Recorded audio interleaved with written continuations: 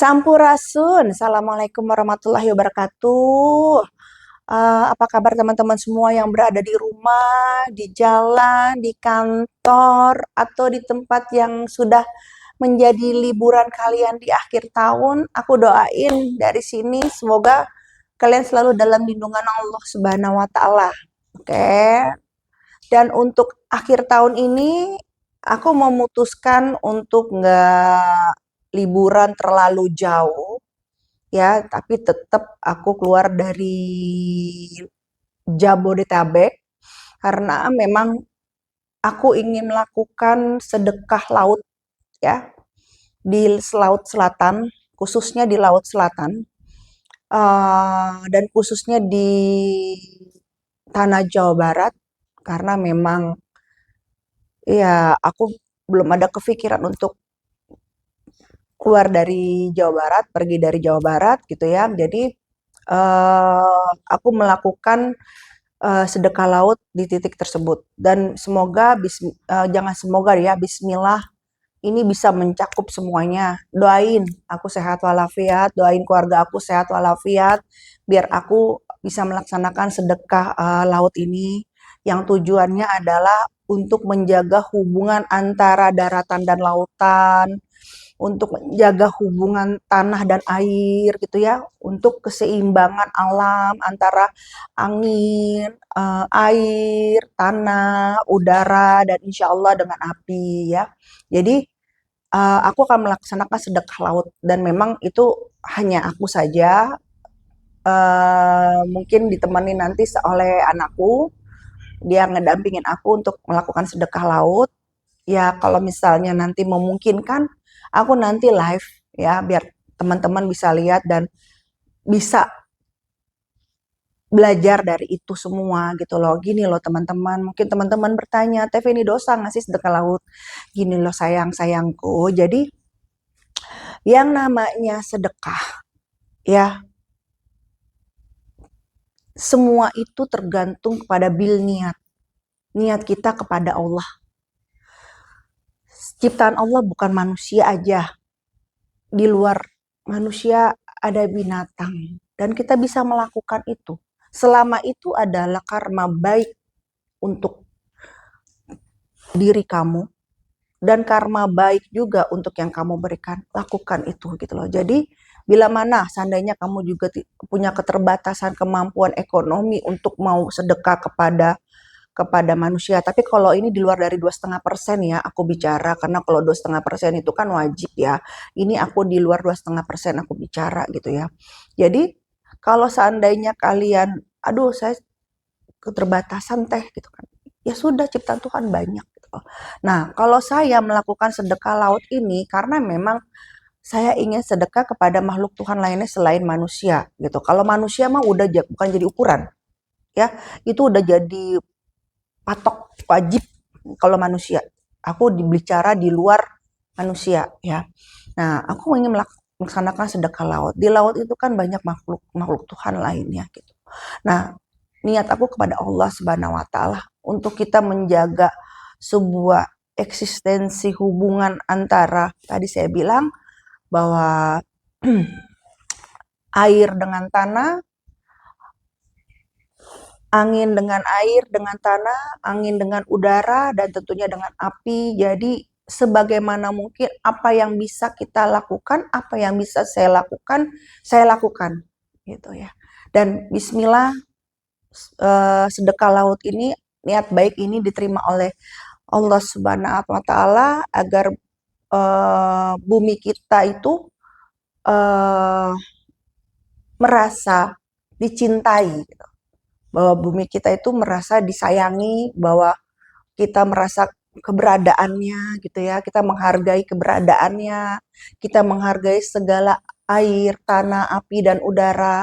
Itu yang akan saya lakukan di akhir tahun. Jadi saya udah bilang ke anak saya untuk akhir tahun ini kita bukan liburan yang seperti pada umumnya, lebih ke have fun atau ya istilahnya tuh senang-senang gitu ya, tapi lebih ke spiritual gitu, karena memang eh, harus ada yang kita jaga gitu. Hidup bukan tentang diri kita aja. Saya selalu menurunkan itu kepada anak saya bahwa hidupmu bukan tentang dirimu gitu loh. Jadi hidupmu itu bukan masalah untuk keegoan gitu. Itulah yang harus kita wariskan kepada anak-anak kita. Jadi kita jangan membentuk anak-anak kita dengan keegoan gitu. Kita jangan membentuk anak-anak kita itu dengan kerakusan.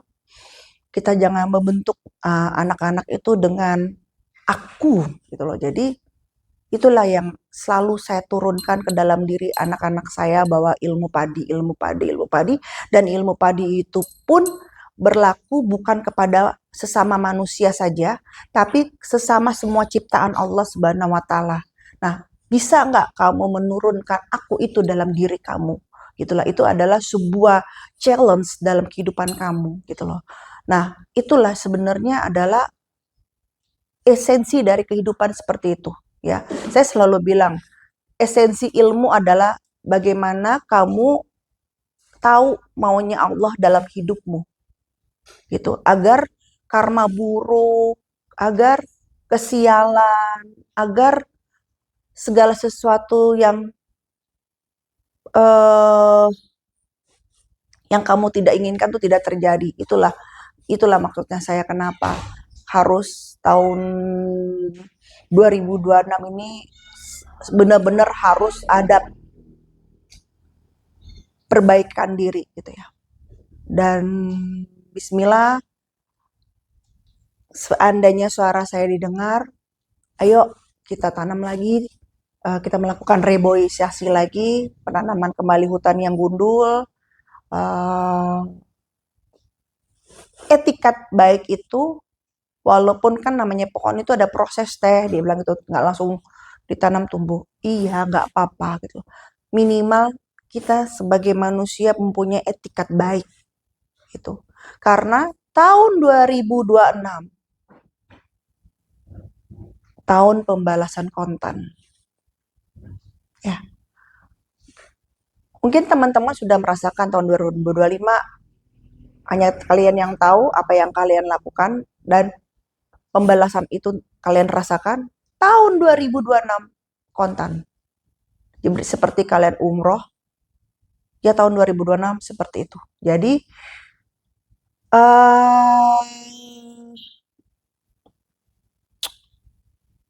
jendela-jendela Tuhan sudah mulai dibuka. Maha baik. Saya selalu bilang Allah maha baik, namun apapun juga yang dilakukan ke depan itu adalah kembali untuk kebaikan manusia. Gitu, karena memang harus direm. Jangan biarkan, jadi iblis itu ya memang mengontrol gitu loh. Jangan biarkan itu. Tuh. Nanti yang rugi juga manusia itu sendiri gitu ya.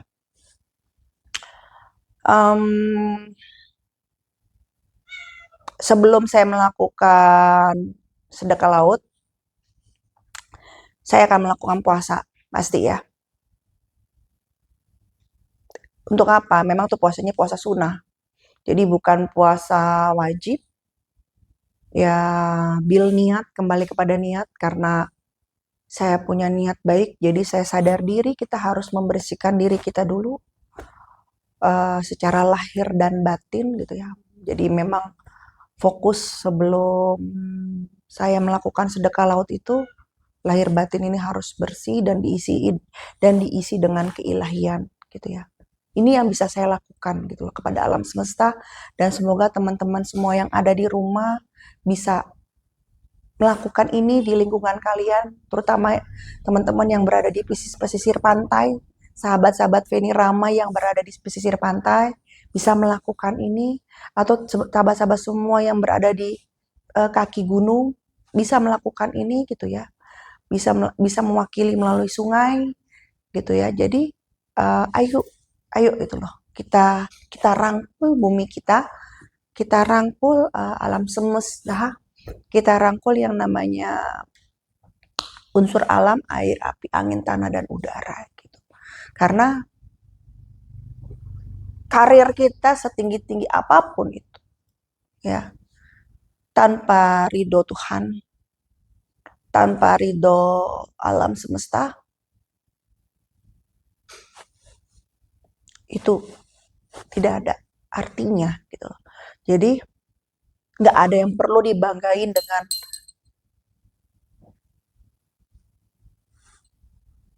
diri bila kita masih ada unsur yang ada yang tersakiti. Apapun itu yang menjadi ciptaan Tuhan, ya gitu. Nah,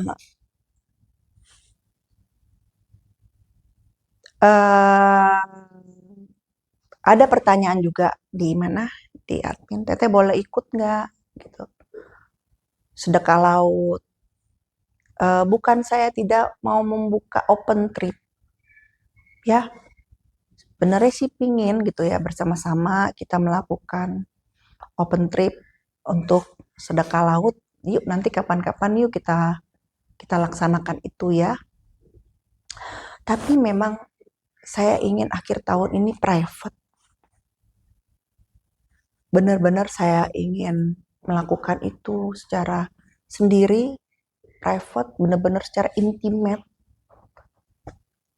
antara saya, keluarga, dan alam semesta, dan tentunya Allah Subhanahu wa Ta'ala, Nabi Muhammad Sallallahu Alaihi Wasallam, dan Ibunda Kanjeng Ratu Pramestisari Kencana Sari Ratu Kidul, ya, itu yang ingin saya intimate kepada para wali Allah dan beliau semua, gitu. Dan Bismillah diterima, ya.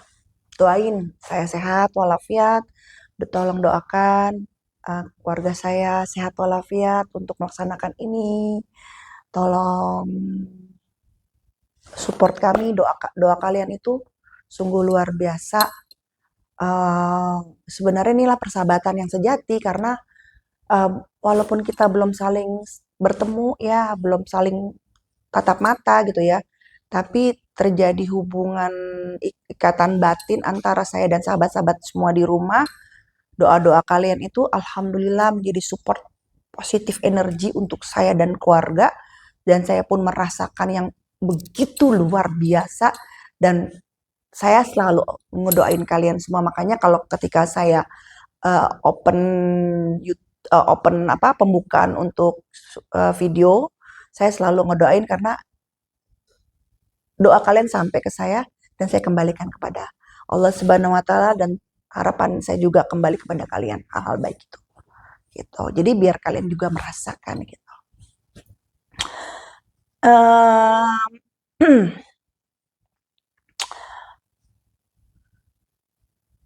Untuk ibadah, ya kalau ibadah itu bukan suatu hal yang harus apa ya,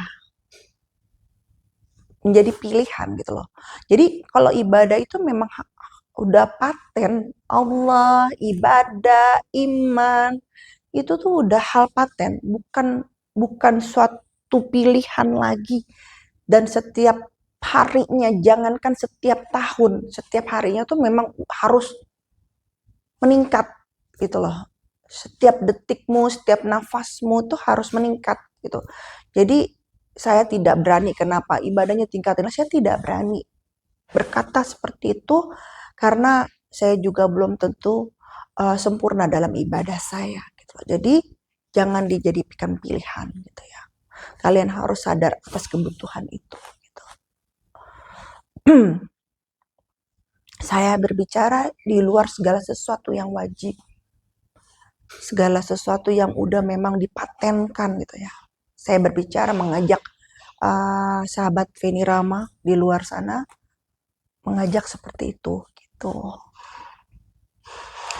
Dan masih banyak juga yang bertanya, Teteh itu Sumatera itu penyembuhannya lama atau tidak? Ya memang lama gitu karena kita bisa lihat sendiri kerusakannya, dan tanah, air itu sudah berkolaborasi, sudah kompakan gitu. dan memang pengikisan. Kalau bisa di-shoot dari atas, itu tentunya sudah garisnya itu udah berbeda, udah mengkecil, mengkerucut. Coba silakan. Gitu. Jadi seperti saya pernah bilang, memang sudah mulai dikikis, diperkecil, gitu ya. Jadi tidak mudah untuk langsung seperti sulap yang langsung beres semuanya, tidak semudah itu. Dan korban bertambah terus. Saya juga pernah bilang beberapa minggu yang lalu ya, semenjak kejadian itu saya bilang ini korban banyak sekali sebenarnya. Ya, yang ditemukan belum lagi yang tidak ditemukan, karena yang tidak ditemukan itu sudah terurai antara tanah, air, dan tubuh kita itu kan bertahan berapa lama itu sudah terurai. Jadi jumlah yang sudah ada sekarang itu yang ditemukan, yang tidak ditemukannya itu memang banyak. Gitu. Memang sangat banyak sekali. Ya kalau saya bicara untuk ikhlaskan, saya nggak berani. Ya, karena masalah ikhlas itu setiap komposisi hati manusia itu beda-beda. Dan saya tidak punya hak untuk menggurui masalah itu. Jadi saya tidak berani. Justru malah saya doakan. Ya, saya doakan semoga hati kalian diberikan ketenangan. Karena kalau saya langsung ngomong ikhlasin aja, aduh, no, saya tidak berani.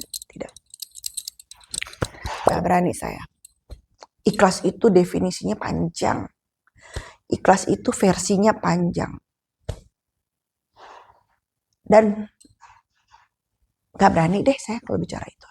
Ya. Dan bukan memang hak saya. Paling saya doakan saja ya. Kalian yang berada di Sumatera, sahabat-sahabat berada di Sumatera, diberikan ketenangan. Oke? Amin, amin, ya rabbal alamin. Selanjutnya yang terjadi apa di Sumatera? Wabah penyakit. Seperti diare, seperti kolera, penyakit kulit, itu yang terserang ya. Terserang pertama kali pada sahabat-sahabat yang ada di sana. Anak-anak, lansia, yang memang sangat membutuhkan imun yang sangat tinggi dan rentan, itu yang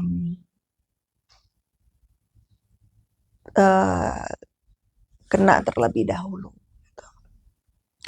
Sebenarnya kalau menurut saya itu saat ini adalah yang paling dibutuhkan oleh mereka semua adalah vitamin. Vitamin yang benar-benar vitamin, bukan makanan tapi memang vitamin gitu ya. Yang mereka butuhkan itu adalah vitamin.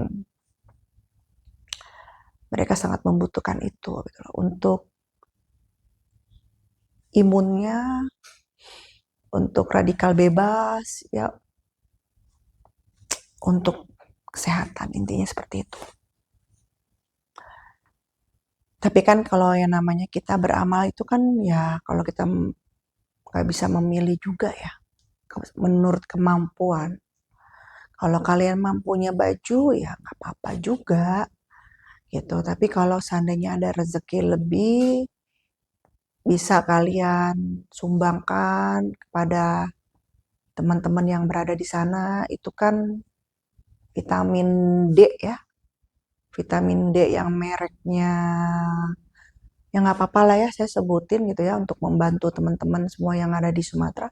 Yang mereknya IP ya, kan nggak terlalu mahal itu bisa memberikan support kepada teman-teman yang ada di Sumatera itu ya untuk vitamin D-nya pada mereka-mereka semua gitu. Dan bismillah ada yang memberikannya. Nah itu dia maksud saya, bahwa hingga Januari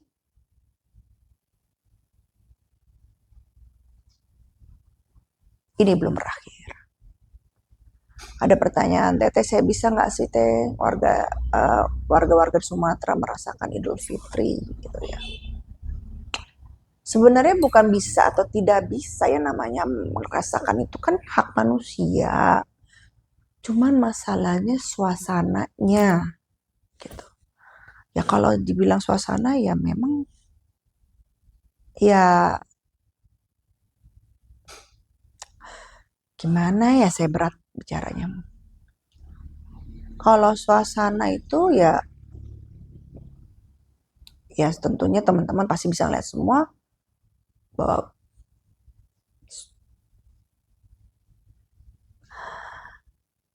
ya susah untuk merasakan seperti tahun-tahun sebelumnya gitu.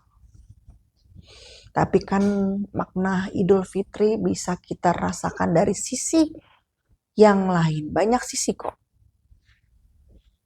Entah lebih untuk keimanan kita gitu ya. Entah untuk perubahan di diri kita gitu. Jadi bukan semerta-merta Idul Fitri itu ya kita makan ketupat, kita makan opor, kita makan rendang. Jadi kita ketemu eh, orang-orang gitu. Jadi sebenarnya itu kan hanya support. Tapi makna Idul Fitri itu adalah kita kembali menjadi fitrah. Fitrah maksudnya adalah kesejatian dirimu sebagai manusia. Karena sejatinya tidak ada manusia yang buruk. Tidak ada. Nah, mungkin Tuhan menciptakan seperti itu. Namun karena di dunia ini ya teriling oleh hawa nafsu, ego, aku, itulah yang akhirnya membentuk si diri manusia itu sendiri. Makanya adanya Idul Fitri atau fitrah kembali kepada kesejatian diri manusia. Sejatinya kamu gitu. Jadi sebenarnya makna Idul Fitri itu seperti itu teman-temanku. Jadi untuk sahabat-sahabat yang ada di Sumatera, banyak sisi lain yang akan kita dapatin. Bisa jadi tahun ini adalah sisimu untuk kembali menjadi fitrah. Tidak usah menjadi kepikiran, oh nggak bisa kumpul sama teman-teman, saudara. Wah nggak bisa makan ketupat, nggak bisa makan rendang ataupun apapun lainnya gitu ya. Banyak sisi yang lebih indah dari Idul Fitri itu. Sebenarnya sejatinya Idul Fitri itu. Oh nggak bisa beli baju baru, nggak apa-apa gitu loh. Jadi sebenarnya Idul Fitri itu nggak memaksa kalian untuk beli baju baru gitu loh. Barunya itu adalah kesejatian dirimu, fitrah. Bukan maksudnya untuk beli baju baru. Gitu. Tapi kan yang dimaknai hari kemenangan itu adalah seperti itu. Gitu loh. Tapi saya ini mencoba ke diri anak saya ya beberapa tahun. Untuk Idul Fitri, saya coba dia mengenal akan Idul Fitri. Dia memahami sejatinya Idul Fitri. Itu yang saya butuhkan di dalam diri anak saya ya. Anak saya sebagai sampel pertama yang saya turunkan. Sampai H-2, saya tidak membelikan baju anak saya. Sengaja saya pengen dia memahami makna Idul Fitri. Apakah dia minta atau tidak. Ternyata sampai H-1 dia tidak minta. Malah saya yang nanya. Saya bertanya, kakak, kamu gak mau beli baju buat Idul Fitri? Terus dia bilang gini malah, karena dia pernah dengar omongan saya yang ini nih. Dia pernah dengar saya sedang bicara kepada seseorang, gitu ya. Terus dia dengar dan dia copy ternyata. Pantesan dia nggak minta. Terus saya tanya, kakak kamu nggak mau baju lebaran? Terus dia malah jawab gini, Baju apaan, Mi? Bajuku banyak. Dia bilang gitu. Terus, ya baju apa kek? Saya bilang gitu kan. Buat lebaran emang nggak mau baju baru. Aku gituin. Terus dia bilang ini, terserah Mami aja lah. Orang bajuku juga banyak. Pakai baju yang ada juga nggak apa-apa. Atau pakai baju Mami kan banyak. Baju Mami yang dulu kan banyak. Dia bilang gitu. Jadi baju Mominya sebelum pakai hijab kan banyak gitu kan. Terus, oh jadi nggak perlu baju baru? Aku gitu. Dia bilang, enggak. Oke, baik. Saya bilang gitu kan. Terus, ya udah kalau kakak nggak mau, enggak perlu, nggak usah, dibilang gitu kan. Terus, oh ya udah. Dan memang tidak aku belikan. Dan dia tiap tahunnya baju dia sholat Idul Fitri itu selalu baju muslim putih. Gitu. Dan itu baju dia. Baju anakku gitu loh istilahnya. Saya tanya, kenapa kamu nggak minta? Dia bilang, ya kan aku pernah dengar omongan Momi. Kalau makna Idul Fitri adalah kembali fitrah. Saya langsung, diantong saya langsung gitu kan. Oh, berarti dia nyimak. Setiap nafasnya dia belajar untuk itu. Ya udah saya bersyukur di situ. Gitu loh. Cuman anakku pernah bilang gini, "Mi, ilmu Momi jangan diturunin ke aku ya." Aku minum dulu ya bentar.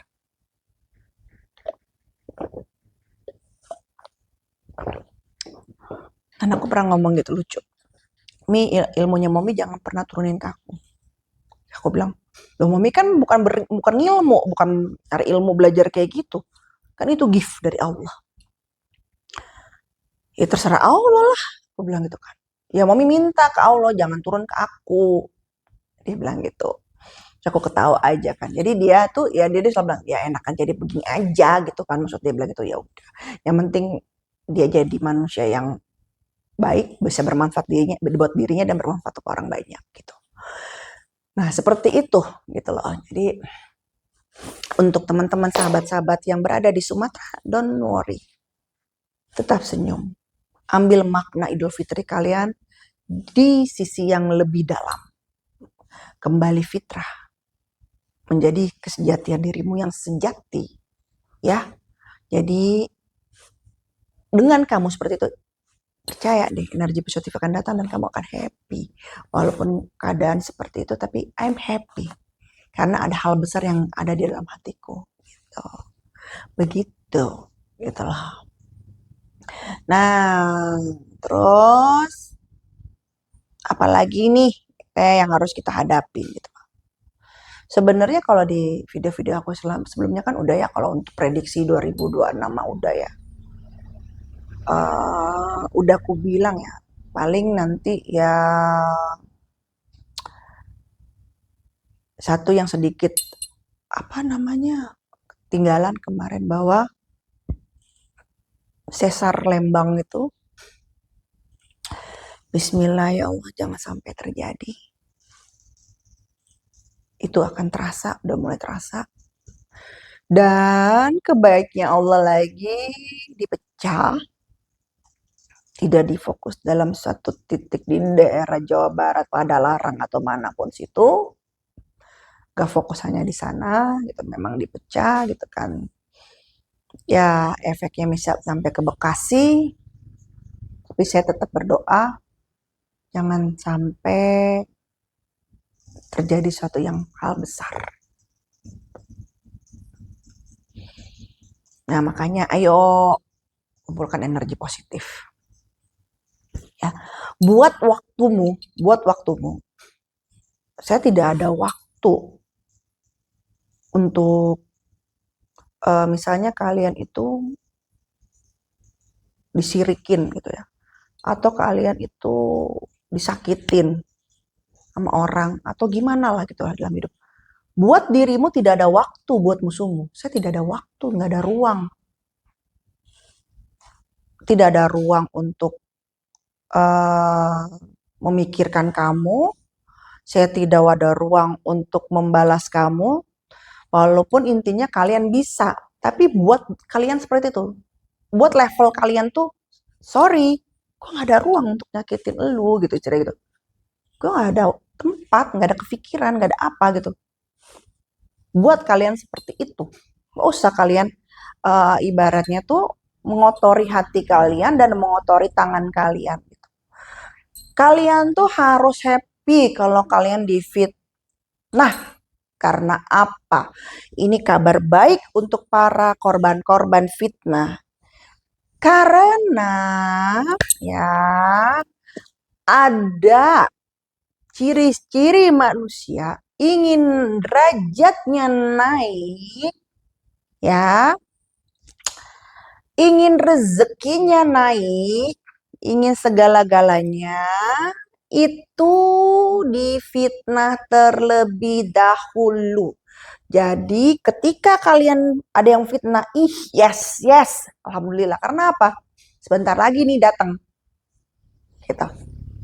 Sebentar lagi nih rezeki datang. Sebentar lagi nih keberuntungan datang. Sebentar lagi nih karir bagus datang. Sebentar lagi nih begitu ada tipe-tipe manusia seperti itu. Jadi ketika difitnah, nggak usah menjadi insecure dan apa ya gitu ya, santai aja gitu loh. Maksudnya ada tipe manusia mau diangkat sama Allah, ya, dia harus melewati fitnah itu dulu. Itu ada. Saya tahu ini tuh pun dari almarhum guru saya. Saya pun pertama kali dikasih tahu itu adalah ketika saya pertama kali dikasih tahu, saya kaget. Gitu loh. Sampai, oh ada ya Said, saya bilang gitu. Ada tipe manusia seperti itu, dia akan melambung tinggi ke atas, tapi dia melewati fitnah. Jadi untuk kabar-kabar yang kalian ini difitnah, kalau ketika kalian difitnah, happy saja. Kita tunggu berkah Allah hadir. Gitu. Oke, jadi tadi pesan saya, buat diri kalian, sorry, saya tidak ada waktu untuk membenci Anda. Sorry, saya tak ada waktu untuk membalas Anda. Sorry, tak ada waktu untuk memikirkan Anda, gitu loh. Anda tidak masuk dalam pikiran saya, ke hati saya, dan kehidupan saya. Ya, karena memang nothing, Anda tidak ada apa-apanya, gitu loh istilahnya. Nggak ada dengan dalam kehidupan saya, ya udah. Buat diri kalian aja seperti itu, sorry. Gitu loh. Ngapain kalian pusing-pusing membenci? Kalian pusing-pusing sakit hati. Kalian merasa tersakiti. Ini dunia. Tempatnya. Gitu. Mau kalian yang namanya ngerasa ada yang menyayangi gitu, kalian biarin aja. Kalau dia ngerasa tersaingi, terserah. Orang urus. Jadi ini buat teman-teman yang sering curhat ke admin, saya disakitin, saya ini. Buat diri kalian gitu loh. Hidupku terlalu berarti untuk memikirkan kalian nyakiti saya. Gitu loh, ya. Jadi begini kan. Hidupmu milik Tuhanmu dan hidupmu untuk Tuhanmu. Hidupmu bukan untuk siapapun. Dari Allah kembali kepada Allah. Ingat pesan saya. Oke, jadi jaga itu dan tetap tersenyum. Sampai ketemu di video-video Feni Rama selanjutnya. Tetap dukung aku, jangan lupa doain karena tahun baru aku akan melakukan sedekah laut bersama keluarga. Assalamualaikum warahmatullahi wabarakatuh.